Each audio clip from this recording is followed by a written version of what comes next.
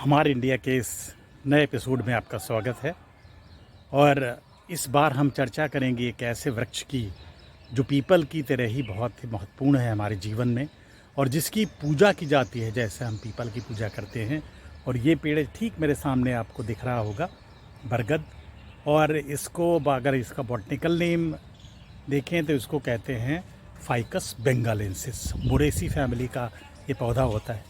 तो अगर इसके बारे में आप कहीं दुनिया में जानकारी चाहते हैं तो अगर आप सिर्फ गूगल पे फाइकस बेंगालेंसिस टाइप कर देंगे तो आप दुनिया के किसी क्षेत्र में होंगे, वो आपको बरगद के पेड़ की जानकारी दे देगा। अब सवाल है कि ये पेड़ इतना महत्वपूर्ण क्यों है। आपको जान के ताज्जुब होगा कि ये भारत का राष्ट्रीय वृक्ष है, नेशनल ट्री ऑफ इंडिया है। इतना महत्वपूर्ण है। और मुझे याद है बचपन में जब मैं छोटा सा था तो इसकी पेड़ से एक याद जुड़ी हुई है कि गर्मियों के सीज़न में, यानी अगर आप कहें बिल्कुल प्रिसाइजली तो ज्येष्ठ का महीना जो होता है, यानी जेठ का महीना, उसकी पूर्णिमा के दिन ये पूजा की जाती है बरगद की। तो मेरी अम्मा जी जो थी पूजा करने के लिए पास में ही एक बरगद का बहुत बड़ा पेड़ था, विशाल पेड़ था, वहाँ जाती थी। सुबह से वो तैयार व्यार होके बहुत अच्छे से कपड़े वपड़े पहन के सारा सामान लेके, और मेरी ड्यूटी होती थी कमांडो की तरह मम्मी के साथ जाना, उनको वहाँ तक ले जाना ताकि वो पूजा करे आराम से, फिर उनको घर तक सुरक्षित ले आना। तो ये मेरी एक याद जुड़ी हुई है बरगद से। और दूसरी बात मैं जो आपको बताना चाहूँगा कि पिछले वीडियो में भी मैंने आपसे कहा था कि दिवाली हम इसलिए मनाते हैं क्योंकि राम लक्ष्मण सीता जी वो अयोध्या से वापस आए।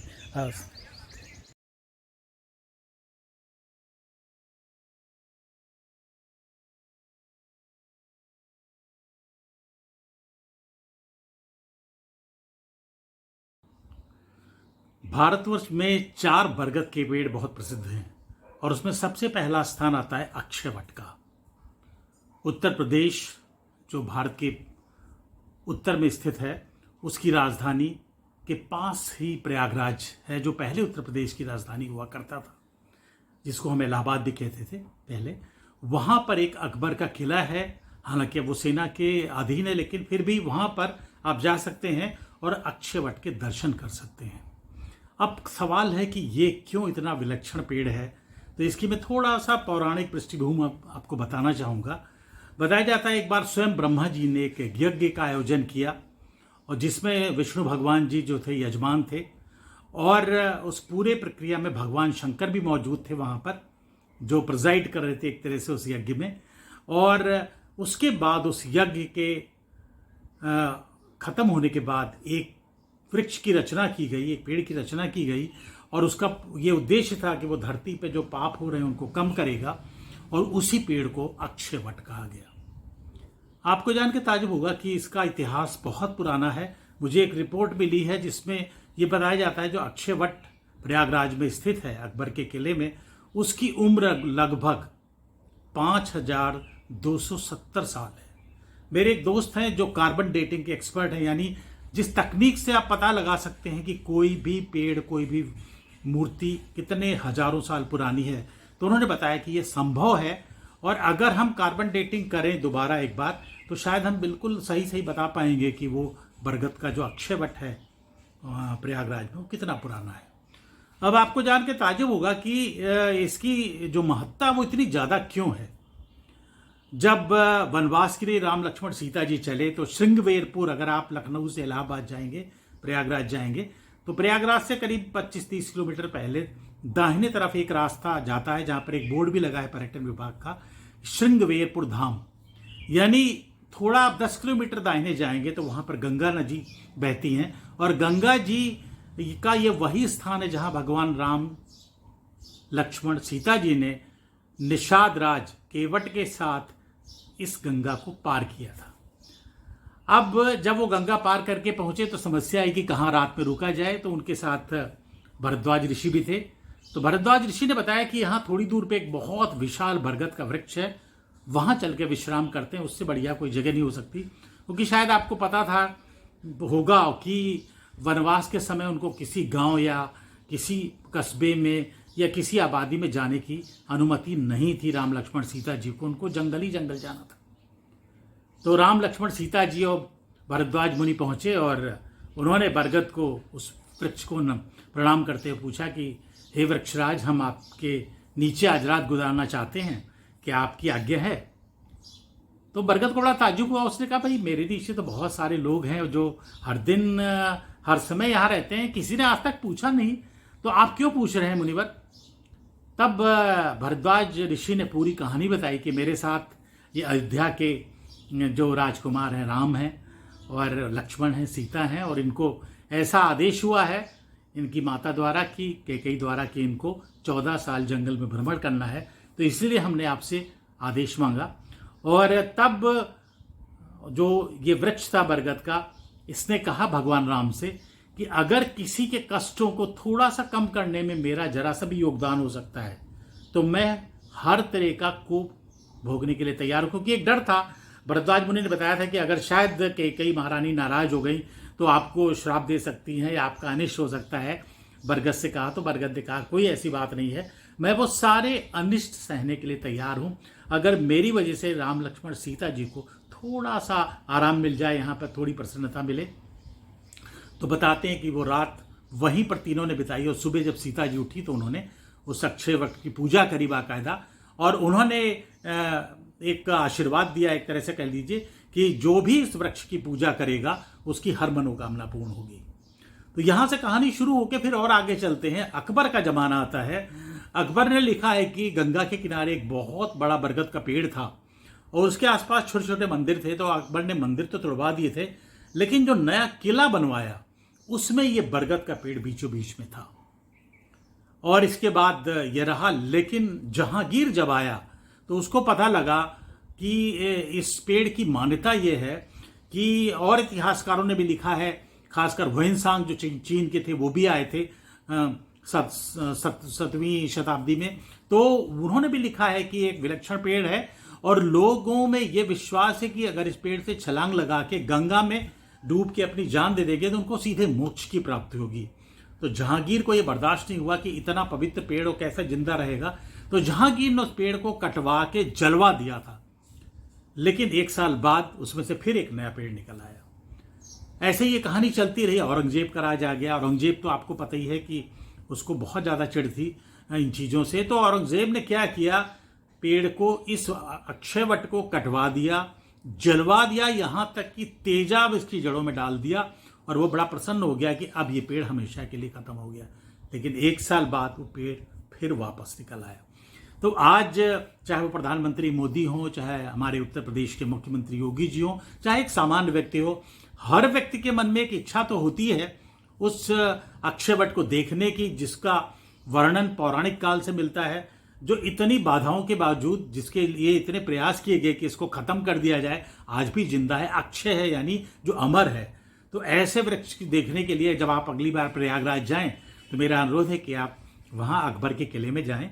वहां पातालपुरी मंदिर है, वहां पर आपको, हालांकि पूरा वृक्ष मुझे बताया गया कि आजकल शायद देखना संभव नहीं, एक डाल के ही दर्शन आपको कराए जाते हैं, लेकिन आप में अगर क्यूरियोसिटी होगी तो आप जाके उसको देख सकते हैं और आपको अच्छा लगेगा। अब मैं एक दूसरे वृक्ष की ओर चलता हूं, और वो वृक्ष जो है वो आता है हमारे गया में। और जो गया में वृक्ष है उसको गया वट वृक्ष कहा जाता है। और मान्यता यह है कि जब दशरथ जी की, यानी रामचंद्र जी के पिताजी की मृत्यु हो गई थी, तो राम लक्ष्मण सीता जी ने यह सोचा कि हम पिंडदान के लिए गया जाएंगे।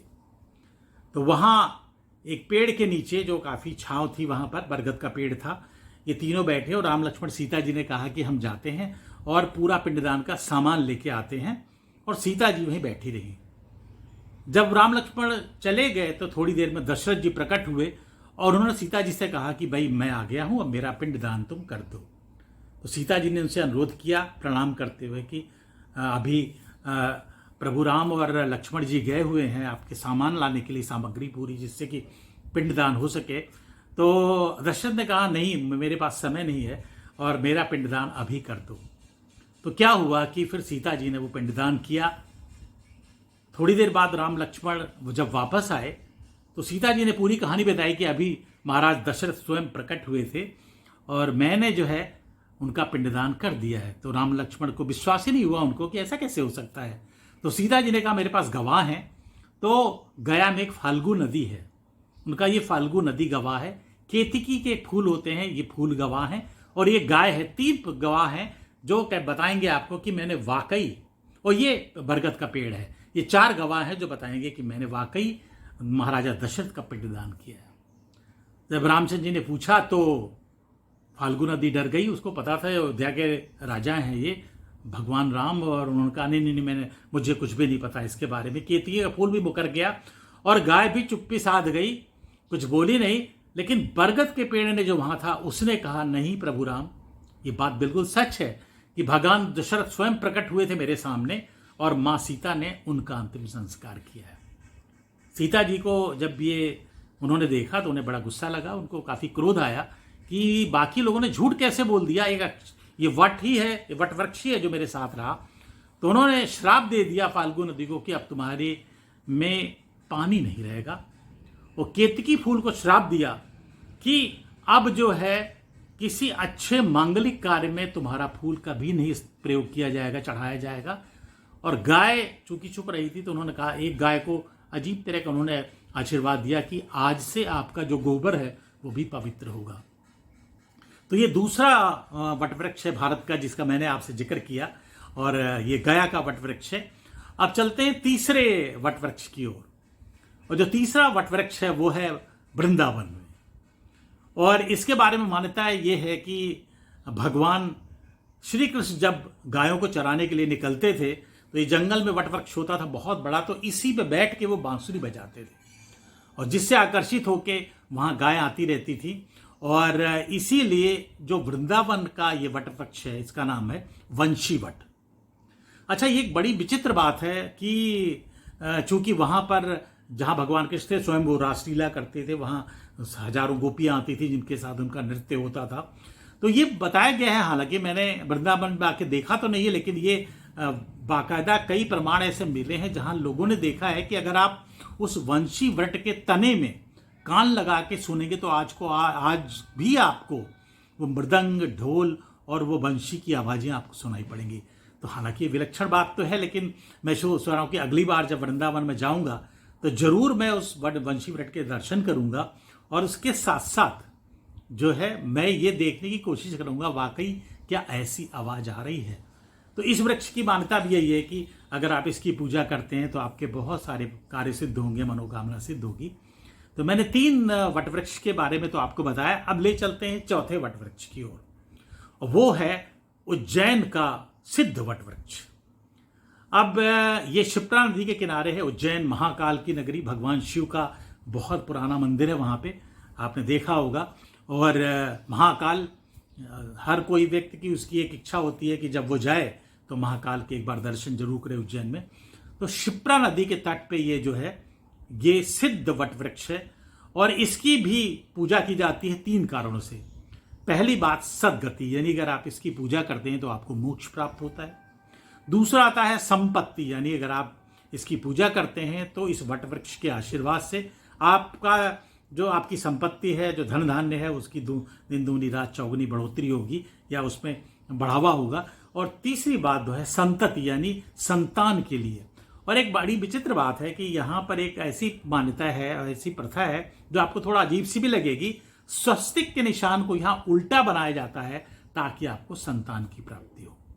तो ये 4 वटवृक्ष मैंने आपको बताए। इसके अलावा जैसे नासिक में मैंने बताया कि पंचवटी नासिक में थी, तो वहां भी 5 वटवृक्ष हैं और वो भी बड़े सिद्ध हैं। उनकी भी पूजा चूंकि सीता जी करती थी, तो मान्यता ऐसी है कि अगर आप उन वटवृक्ष की पूजा करते हैं तो आपको बहुत सारे आपके काम सिद्ध होंगे। तो ये भारत की महान संस्कृति आप देखिए कि हम एक पेड़ में देवता, यानी ये वो वृक्ष है जिसमें साक्षात देवता निवास करते हैं। कहा जाता है कि अगर आपको देवता न मिले और अगर आप साक्षात भगवान की पूजा करना चाहते हैं तो पीपल और बरगद जैसे वृक्ष हमारे देश में हैं, इनकी पूजा करिए।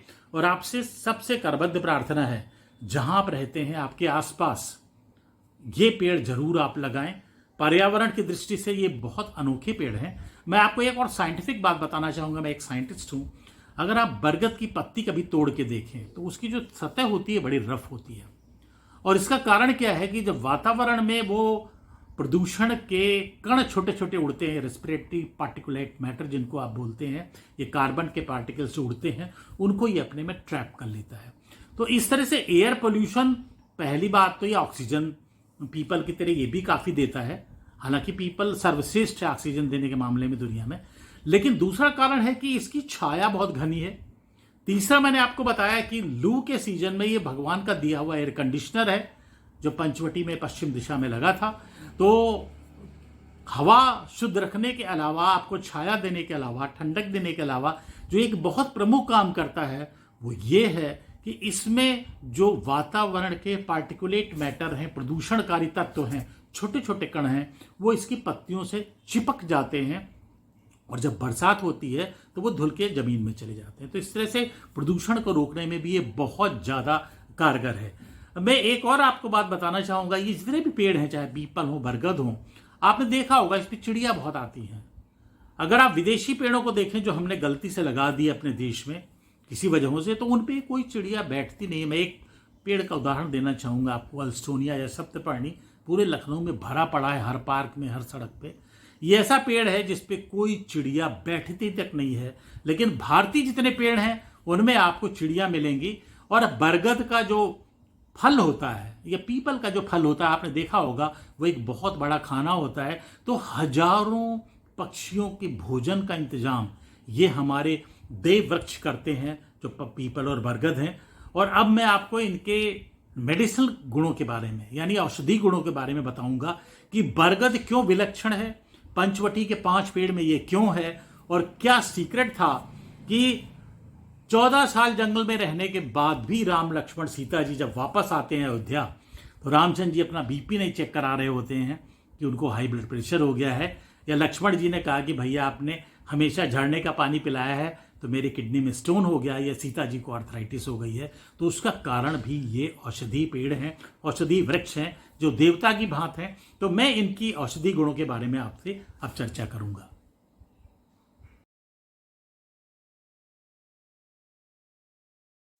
मैंने चारों वट वृक्षों के बारे में आपसे बात करी। अब मेरे सामने एक नए तरह का वट वृक्ष है, बोनसाई वट वृक्ष। वो मेरी अपनी कॉलोनी में ही है, लखनऊ में। और प्रभात कुमार जी खड़े हैं मेरे सामने, तो उनसे पूछते हैं कि आखिर उन्होंने बरगद का ही ये बोनसाई क्यों बनाया। 28 साल पुराना है ये। सीतापुर में हम लोग पहले थे, तो वहाँ पे पोस्ट ऑफिस की दीवार पे लगा हुआ था, तो वहाँ से निकाला था और गमले में लगाया। 28 साल से बहुत अच्छा चल रहा है। अच्छा, कुछ खास इसकी केयर करनी पड़ती, कैसे बोनसाई? क्योंकि बोनसाई एक पूरा जापानीज आर्ट है, हर आदमी के लिए संभव नहीं है। तो पहली बात तो क्या आपने कहाँ से सीखा ये इसको बोनसाई बनाने की कला? बस अपने आप सीखा, कहीं ट्रेनिंग कहीं से नहीं ली, अपने आप बस सीखे। और बरगद का ही पेड़ क्यों चुना आपने? बरगद का पेड़ अपने जो हिंदू में है बहुत पवित्र माना जाता है, तो इसी के आधार पे किया गया। और कितने साल का हो गया है ये? 28 साल का है। 28 साल। तो 28 साल, इस पे जो सबसे अच्छी बात है, जो शायद वो मैंने कहीं नहीं देखी है, कि बरगद के साथ साथ तुलसी भी लगी हुई है।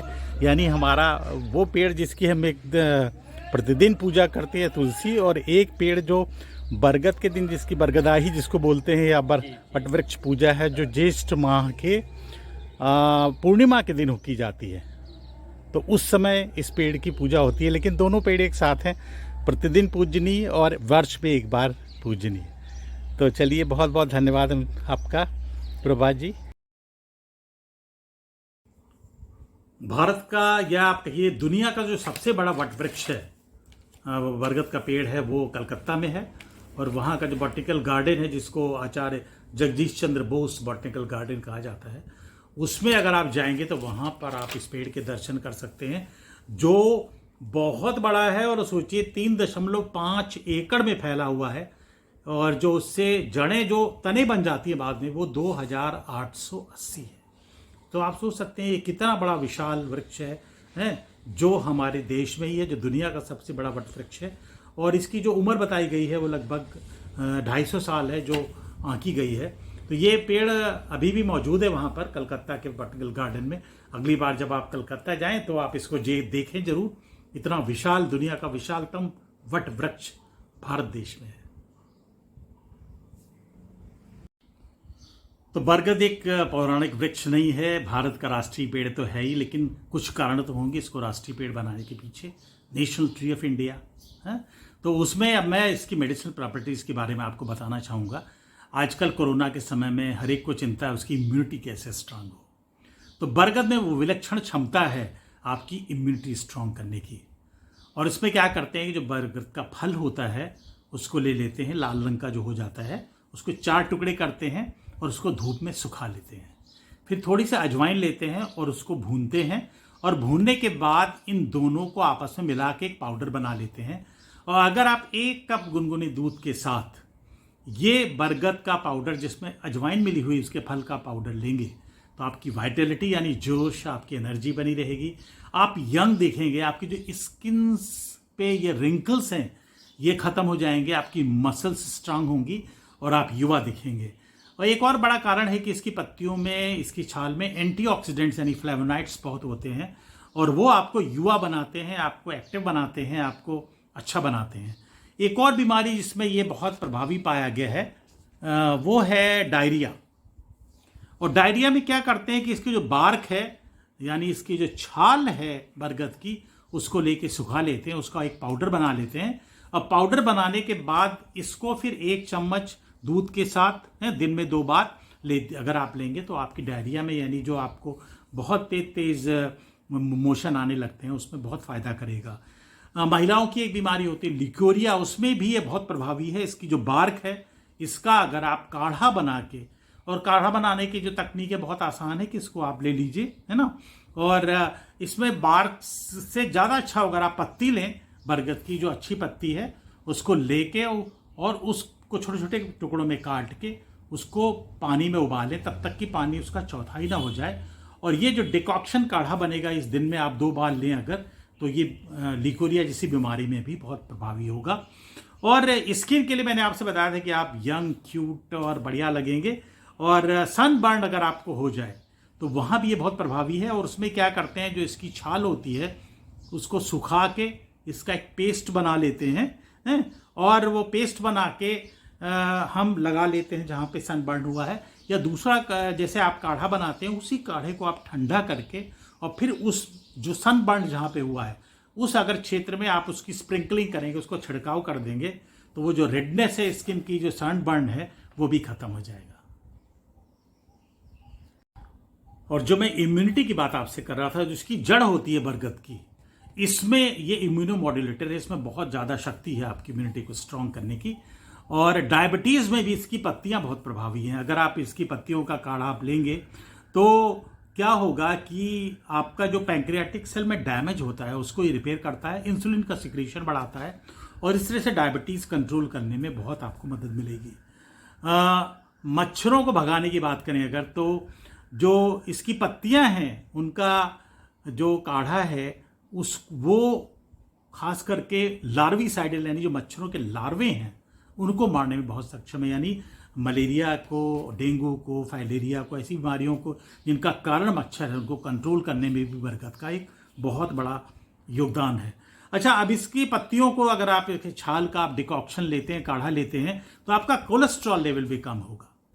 लेकिन ये जितनी बातें मैं आपको बता रहा हूँ कि आप मेरे कहने से एकदम से ना शुरू कर दें, क्योंकि आयुर्वेद एक ऐसा विज्ञान है जहाँ पर हर चीज़ का एक ढंग है, उसका एक तरीका है और वो आपको किसी वैद्य या ऐसे विशेषज्ञ से पूरा पूछना पड़ेगा किस सीजन में आप पत्तियों को लें, हैं कैसे उनको करें। तो पूरा एक किसी अच्छे वैद्य से आप पूछ के या जो आयुर्वेद के विशेषज्ञ हैं उनसे, मैं आपको एक हिंट दे रहा हूँ कि कहाँ कहाँ ये प्रभावी है बरगद और क्यों इसको राष्ट्रीय पेड़ बनाया गया हमारे देश का।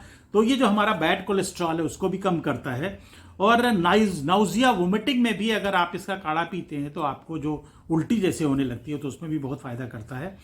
र्यूमेटिज्म में, चूंकि ये एंटी इन्फ्लेमेटरी प्रॉपर्टी है इसके बार्क में, तो जब आप लेते हैं तो सूजन कम होती है ना, पेन कम होता है, तो इसलिए र्यूमेटाइटिस में भी ये बहुत फायदेमंद है। बुखार कम करने में भी इसका काढ़ा काफ़ी प्रभावी है।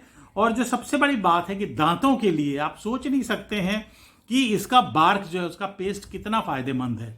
एक तो ये आपके दांतों की स्वेलिंग को कम करता है, दूसरा उसमें ब्लीडिंग अगर कहीं हो रही है, थोड़ा सा खून निकल रहा है तो उसको रोक देता है और दांत में अगर कहीं दर्द हो रहा है तो उसको भी ये रोकने में बहुत प्रभावी है। तो ये एक छोटी सी एक झलक थी इसके औषधि गुणों की। बहुत सारे डिटेल में अगर आप जाएंगे तो बहुत सारे गुण छुपे हैं।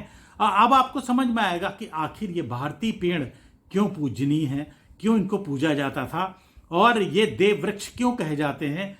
हाँ, गलती से हमारे से गलती क्या हुई कि हमने इन पेड़ों को त्याग करके विदेशी पेड़ों को लगाना शुरू कर दिया खूबसूरती की वजह से। ये शायद वो देखने में हमें कहीं ज़्यादा अच्छे लग रहे थे, लेकिन अगर आप उनकी औषधीय उपयोगिता पे जाएं, पर्यावरण की दृष्टि से जाएं, पौराणिक दृष्टि से जाएं, तो पेड़ कहीं दूर दूर तक टिकते नहीं हैं बरगद पीपल जैसे देव वृक्षों के सामने।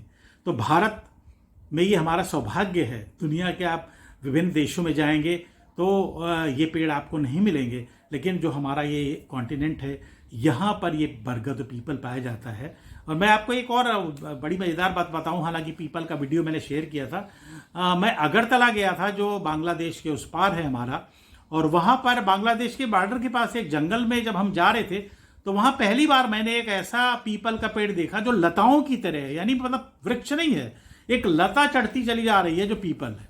ये भी एक बड़ी मतलब अडेप्टेबिलिटी आप देखिए कि किसी बिल्डिंग के छोटे से मतलब हिस्से से 10वीं मंजिल पे भी बरगद का पेड़ एक निकल आता है या पीपल का पेड़ निकल आता है। यानी ये बताता है हमसे कि हम हर तरफ हर ओर आपको अच्छा पर्यावरण देने के लिए और अच्छी चीज़ें देने के लिए तैयार हैं। आपके ऊपर है कि आप उसको उसकी कदर करते हैं कि नहीं करते हैं। तो आइए आज मेरे साथ एक प्रण लीजिए कि हम जब अगली बार पेड़ लगाएं तो हम इन पेड़ों को भूलें नहीं, भारतीय महान पेड़ों को, पीपल बरगद, और अपने आसपास के पार्कों में जरूर इनको लगाएं। जैसे मैंने कहा था आपसे कि इनको घर के पास मत लगाएं क्योंकि इनकी जड़ें बहुत दूर तक जाती हैं, लेकिन जहाँ ओपन स्पेस है, जहाँ बहुत ज़्यादा जगह है, पार्क जैसे खास एक जगह है जहाँ पर इनको लगाया जा सकता है, तो ये आपके आसपास ऑक्सीजन से, अपने दैवीय गुणों से ये कह लीजिए, और आपको एक विश्वास होता है, एक अच्छा लगता है कि एक ऐसा वृक्ष आपके सामने है जिसका इतना महत्व है, जिसको पूजा गया है और आदिकाल से पूजा गया है।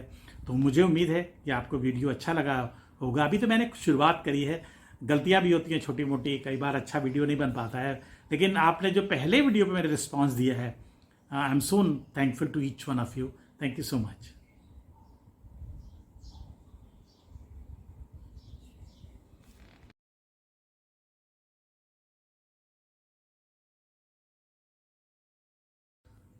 हरि अनंत हरि कथा अनंता।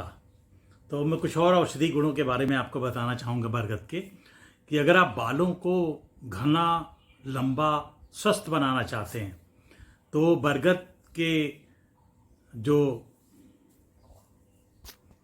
तो हरि अनंत हरि कथा अनंता, मैं बरगद के कुछ और गुणों आपको बताना चाहूँगा। बेवाई यानी पैरों में आपने देखा होगा ना, नीचे जो आपकी एड़ियाँ होती फट जाती हैं, तो उसमें बरगद का दूध अगर आप लगाएंगे तो बहुत फायदेमंद होगा। बालों को अगर आपको स्वस्थ और अच्छा रखना है, काला रखना है, घना रखना है, मजबूत रखना है, तो एक तो ये है कि इसकी जो जटा है उसको लेके उसको सुखा के पीस लीजिए, और उसके बाद काले तिल को बराबर मिला के और उसको बालों में लगा लीजिए। आधे घंटे बाद धो के पानी से साफ कर लीजिए तो आपके बाल अच्छे हो जाएंगे। और एक और चीज़ है कि अगर आप इसकी पत्तों को 20 ग्राम राख और 100 ग्राम अलसी का तेल लेके और बालों में लगाएंगे तो आपके बाल बहुत अच्छे होंगे। एक और बात है जो बहुत महत्वपूर्ण है, अक्सर घाव हो जाता है उसमें कई बार। अब तो हम लोग बहुत केयरफुल रहते हैं, पहले होता था पुराने ज़माने में कीड़े पड़ जाते थे, बहुत बदबू आती थी, तो वहाँ पर जो इसका छाल का काढ़ा होता है उसको अगर आप ठंडा करके डालेंगे तो वो एक तरह से एंटीबैक्टीरियल होता है, एंटी फंगल होता है, तो वो काफ़ी इफ़ेक्टिव होता है उस घाव को सही करने में। और अगर मान लीजिए कहीं से पेशाब में खून आ रहा है तो 20 ग्राम आप ले लें कोमल पत्ते और इनको 200 ग्राम पानी में उबाल के और फिर उसको ठंडा करके और दिन में 3 बार पिए तो बहुत अच्छा फ़ायदा करेगा। एक और चीज़ है, दिल के लिए इसका बहुत महत्वपूर्ण योगदान है। मतलब मैं तो दंग रह गया जब मैंने सुना कि एक और दिक्कत होती है, अक्सर लोगों की दिल की धड़कन असामान्य होती है। आपने ये महसूस किया होगा एक ओल्ड एज में आके कि वो हार्ट बीट इरेगुलर सी हो जाती है, तो वहाँ पर अगर आप 100 कोपल ले लें, मतलब जो इसकी कोमल पत्तियाँ हैं वो ले लें और 105 ml पानी में लेके उसको आप उबाल लें और फिर सुबह शाम अगर इस मिश्री डाल के आप ये लेंगे तो आपको बहुत फ़ायदा करेगा। और 4-5 बूंदें अगर दूध की इसकी बताशे में लेके आप रोज़ सेवन करेंगे दिन में 2 बार, तब भी आपके दिल के सामान्य स्वास्थ्य के लिए बहुत अच्छा होगा। कमर दर्द में ये कहा जाता है कि इसके अगर दूध की आप मालिश करेंगे तो ये बहुत प्रभावी होगा। और जो खासकर एक और बात है, बवासीर जैसी बीमारी, वहाँ पर भी ये बहुत प्रभावी है। 20 ग्राम अगर आप ले लें इसके पत्ते और उसमें 400 ml पानी में उसको उबाल लें और फिर इसमें थोड़ा सा गाय का घी मिला के और लगाएं तो वो काफ़ी फ़ायदेमंद होगा। नक्सीर यानी नाक से खून आने लगता है, तो अगर वो आप ये इसका दूध जो है वो डाल देंगे नाक में तो उससे जो है ये नक्सीर जैसी समस्या काफ़ी कम हो जाएगी।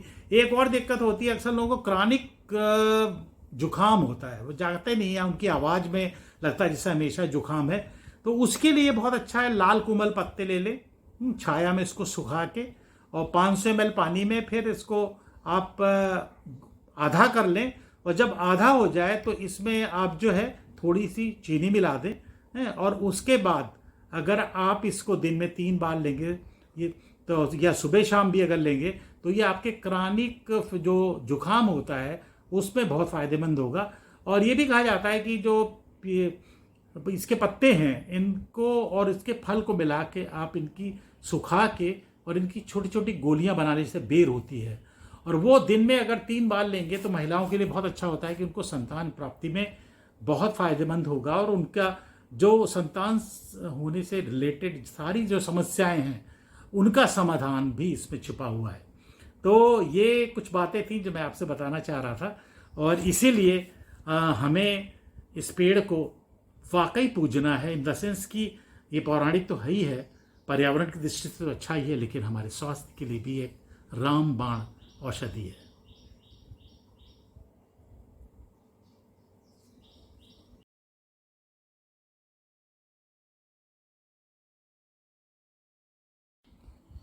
तो बरगद एक पौराणिक वृक्ष नहीं है, भारत का राष्ट्रीय पेड़ तो है ही, लेकिन कुछ कारण तो होंगे इसको राष्ट्रीय पेड़ बनाने के पीछे।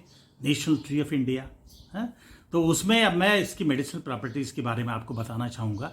आजकल कोरोना के समय में हर एक को चिंता है उसकी इम्यूनिटी कैसे स्ट्रांग हो, तो बरगद में वो विलक्षण क्षमता है आपकी इम्यूनिटी स्ट्रांग करने की। और इसमें क्या करते हैं कि जो बरगद का फल होता है उसको ले लेते हैं, लाल रंग का जो हो जाता है, उसको 4 टुकड़े करते हैं और उसको धूप में सुखा लेते हैं। फिर थोड़ी सी अजवाइन लेते हैं और उसको भूनते हैं और भूनने के बाद इन दोनों को आपस में मिला के एक पाउडर बना लेते हैं। और अगर आप 1 कप गुनगुने दूध के साथ ये बरगद का पाउडर जिसमें अजवाइन मिली हुई उसके फल का पाउडर लेंगे तो आपकी वाइटलिटी यानी जोश, आपकी एनर्जी बनी रहेगी, आप यंग दिखेंगे, आपकी जो स्किन पे ये रिंकल्स हैं ये ख़त्म हो जाएंगे, आपकी मसल्स स्ट्रांग होंगी और आप युवा दिखेंगे। और एक और बड़ा कारण है कि इसकी पत्तियों में, इसकी छाल में एंटीऑक्सीडेंट्स यानी फ्लेवोनाइड्स बहुत होते हैं और वो आपको युवा बनाते हैं, आपको एक्टिव बनाते हैं, आपको अच्छा बनाते हैं। एक और बीमारी जिसमें ये बहुत प्रभावी पाया गया है वो है डायरिया। और डायरिया में क्या करते हैं कि इसकी जो बार्क है यानी इसकी जो छाल है बरगद की उसको लेके सुखा लेते हैं, उसका एक पाउडर बना लेते हैं और पाउडर बनाने के बाद इसको फिर 1 चम्मच दूध के साथ दिन में 2 बार अगर आप लेंगे तो आपकी डायरिया में यानी जो आपको बहुत तेज मोशन आने लगते हैं उसमें बहुत फ़ायदा करेगा। महिलाओं की एक बीमारी होती है लिकोरिया, उसमें भी ये बहुत प्रभावी है। इसकी जो बार्क है इसका अगर आप काढ़ा बना के, और काढ़ा बनाने की जो तकनीक है बहुत आसान है कि इसको आप ले लीजिए, है ना, और इसमें बार्क से ज़्यादा अच्छा अगर आप पत्ती लें बरगद की जो अच्छी पत्ती है उसको लेके और उसको छोटे छोटे टुकड़ों में काट के उसको पानी में उबालें तब तक कि पानी उसका चौथाई ना हो जाए। और ये जो डिकॉक्शन काढ़ा बनेगा इस दिन में आप 2 बार लें अगर, तो ये लिकोरिया जैसी बीमारी में भी बहुत प्रभावी होगा। और स्किन के लिए मैंने आपसे बताया था कि आप यंग, क्यूट और बढ़िया लगेंगे। और सनबर्न अगर आपको हो जाए तो वहाँ भी ये बहुत प्रभावी है। और उसमें क्या करते हैं, जो इसकी छाल होती है उसको सुखा के इसका एक पेस्ट बना लेते हैं और वो पेस्ट बना के हम लगा लेते हैं जहाँ पे सनबर्न हुआ है। या दूसरा जैसे आप काढ़ा बनाते हैं उसी काढ़े को आप ठंडा करके और फिर उस जो सनबर्न जहाँ पे हुआ है उस अगर क्षेत्र में आप उसकी स्प्रिंकलिंग करेंगे, उसको छिड़काव कर देंगे, तो वो जो रेडनेस है स्किन की, जो सनबर्न है, वो भी खत्म हो जाएगा। और जो मैं इम्यूनिटी की बात आपसे कर रहा था, जिसकी जड़ होती है बरगद की, इसमें ये इम्यूनो मॉड्यूलेटर है, इसमें बहुत ज़्यादा शक्ति है आपकी इम्यूनिटी को स्ट्रॉन्ग करने की।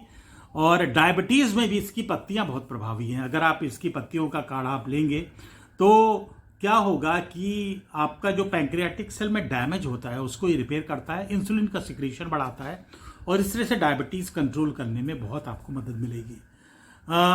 मच्छरों को भगाने की बात करें अगर, तो जो इसकी पत्तियां हैं उनका जो काढ़ा है वो खास करके लार्विसाइडल यानी जो मच्छरों के लार्वे हैं उनको मारने में बहुत सक्षम है। यानी मलेरिया को, डेंगू को, फाइलेरिया को, ऐसी बीमारियों को जिनका कारण मच्छर है, उनको कंट्रोल करने में भी बरगद का एक बहुत बड़ा योगदान है। अच्छा, अब इसकी पत्तियों को अगर आप छाल का आप डिकॉक्शन लेते हैं, काढ़ा लेते हैं, तो आपका कोलेस्ट्रॉल लेवल भी कम होगा। लेकिन ये जितनी बातें मैं आपको बता रहा हूं कि आप मेरे कहने से एकदम से ना शुरू कर दें, क्योंकि आयुर्वेद एक ऐसा विज्ञान है जहां पर हर चीज का एक ढंग है, उसका एक तरीका है, और वो आपको किसी वैद्य या ऐसे विशेषज्ञ से पूरा पूछना पड़ेगा किस सीजन में आप पत्तियों को लें, हैं कैसे उनको करें। तो पूरा एक किसी अच्छे वैद्य से आप पूछ के, या जो आयुर्वेद के विशेषज्ञ हैं उनसे, मैं आपको एक हिंट दे रहा हूं कि कहाँ कहाँ ये प्रभावी है बरगद और क्यों इसको राष्ट्रीय पेड़ बनाया गया हमारे देश का। तो ये जो हमारा बैड कोलेस्ट्रॉल है उसको भी कम करता है, और नाउजिया वोमिटिंग में भी अगर आप इसका काढ़ा पीते हैं तो आपको जो उल्टी जैसे होने लगती है तो उसमें भी बहुत फायदा करता है। रूमेटिज्म में, जो कि ये एंटी इन्फ्लेमेटरी प्रॉपर्टी है इसके बार्क में, तो जब आप लेते हैं तो सूजन कम होती है ना, पेन कम होता है, तो इसलिए रूमेटाइटिस में भी ये बहुत फायदेमंद है। बुखार कम करने में भी इसका काढ़ा काफी प्रभावी है। और जो सबसे बड़ी बात है कि दांतों के लिए आप सोच नहीं सकते हैं कि इसका बार्क जो है, उसका पेस्ट कितना फायदेमंद है। एक तो ये आपके दांतों की स्वेलिंग को कम करता है, दूसरा उसमें ब्लीडिंग अगर कहीं हो रही है, थोड़ा सा खून निकल रहा है तो उसको रोक देता है, और दांत में अगर कहीं दर्द हो रहा है तो उसको भी ये रोकने में बहुत प्रभावी है। तो ये एक छोटी सी एक झलक थी इसके औषधि गुणों की। बहुत सारे डिटेल में अगर आप जाएंगे तो बहुत सारे गुण छुपे हैं। अब आपको समझ में आएगा कि आखिर ये भारतीय पेड़ क्यों पूजनीय है, क्यों इनको पूजा जाता था, और ये देव वृक्ष क्यों कहे जाते हैं। हाँ, गलती से हमारे से गलती क्या हुई कि हमने इन पेड़ों को त्याग करके विदेशी पेड़ों को लगाना शुरू कर दिया खूबसूरती की वजह से। ये शायद वो देखने में हमें कहीं ज़्यादा अच्छे लग रहे थे, लेकिन अगर आप उनकी औषधीय उपयोगिता पे जाएं, पर्यावरण की दृष्टि से जाएं, पौराणिक दृष्टि से जाएं, तो पेड़ कहीं दूर दूर तक टिकते नहीं हैं बरगद, पीपल जैसे देव वृक्षों के सामने। तो भारत में ये हमारा सौभाग्य है। दुनिया के आप विभिन्न देशों में जाएंगे तो ये पेड़ आपको नहीं मिलेंगे, लेकिन जो हमारा ये कॉन्टिनेंट है यहाँ पर ये बरगद पीपल पाया जाता है।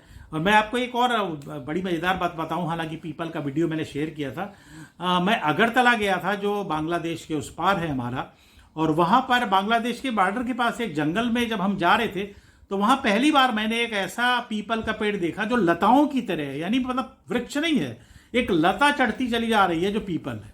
ये भी एक बड़ी मतलब अडेप्टेबिलिटी आप देखिए कि किसी बिल्डिंग के छोटे से मतलब हिस्से से 10वीं मंजिल पे भी बरगद का पेड़ एक निकल आता है या पीपल का पेड़ निकल आता है। यानी ये बताता है हमसे कि हम हर तरफ, हर ओर आपको अच्छा पर्यावरण देने के लिए और अच्छी चीज़ें देने के लिए तैयार हैं। आपके ऊपर है कि आप उसकी कदर करते हैं कि नहीं करते हैं। तो आइए आज मेरे साथ एक प्रण लीजिए कि हम जब अगली बार पेड़ लगाएं तो हम इन पेड़ों को भूलें नहीं, भारतीय महान पेड़ों को, पीपल, बरगद, और अपने आसपास के पार्कों में जरूर इनको लगाएं। जैसे मैंने कहा था आपसे कि इनको घर के पास मत लगाएं क्योंकि इनकी जड़ें बहुत दूर तक जाती हैं, लेकिन जहाँ ओपन स्पेस है, जहाँ बहुत ज़्यादा जगह है, पार्क जैसे खास एक जगह है जहाँ पर इनको लगाया जा सकता है। तो ये आपके आसपास ऑक्सीजन से, अपने दैवीय गुणों से ये कह लीजिए, और आपको एक विश्वास होता है, एक अच्छा लगता है कि एक ऐसा वृक्ष आपके सामने है जिसका इतना महत्व है, जिसको पूजा गया है और आदिकाल से पूजा गया है। तो मुझे उम्मीद है कि आपको वीडियो अच्छा लगा होगा। अभी तो मैंने शुरुआत करी है, गलतियां भी होती हैं छोटी मोटी, कई बार अच्छा वीडियो नहीं बन पाता है, लेकिन आपने जो पहले वीडियो पे मेरे रिस्पॉन्स दिया है, I am so thankful to each one of you. Thank you so much.